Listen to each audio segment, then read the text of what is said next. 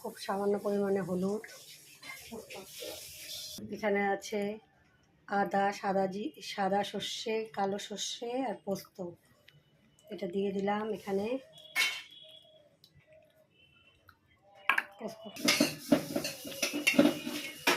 দিয়ে দিলাম লবণ পরিমাণ মতন।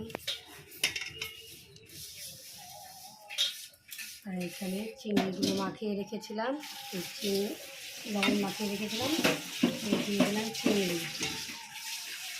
এখন হবে চিংড়ি ভাপা। রেডি?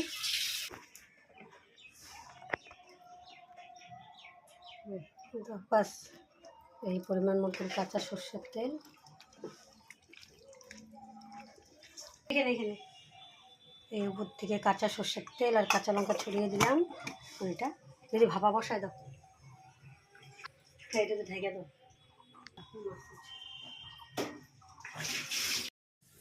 খুব সামান্য পরিমাণে হলুদ,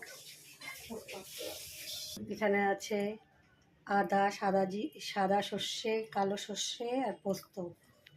এটা দিয়ে দিলাম এখানে।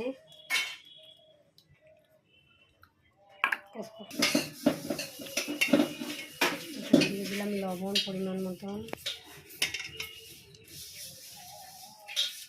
আর এখানে চিংড়িগুলো মাখিয়ে রেখেছিলাম, লবণ মাখিয়ে রেখেছিলাম, দিয়ে দিলাম চিংড়ি।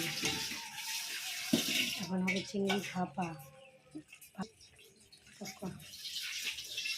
রেডি?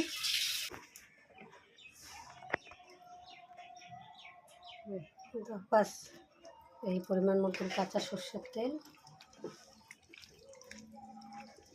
এখানে এই উপর থেকে কাঁচা সর্ষের তেল আর কাঁচা লঙ্কা ছড়িয়ে দিলাম। ওইটা যদি ভাপা বসায় দাও, এটাতে ঢেকে দাও।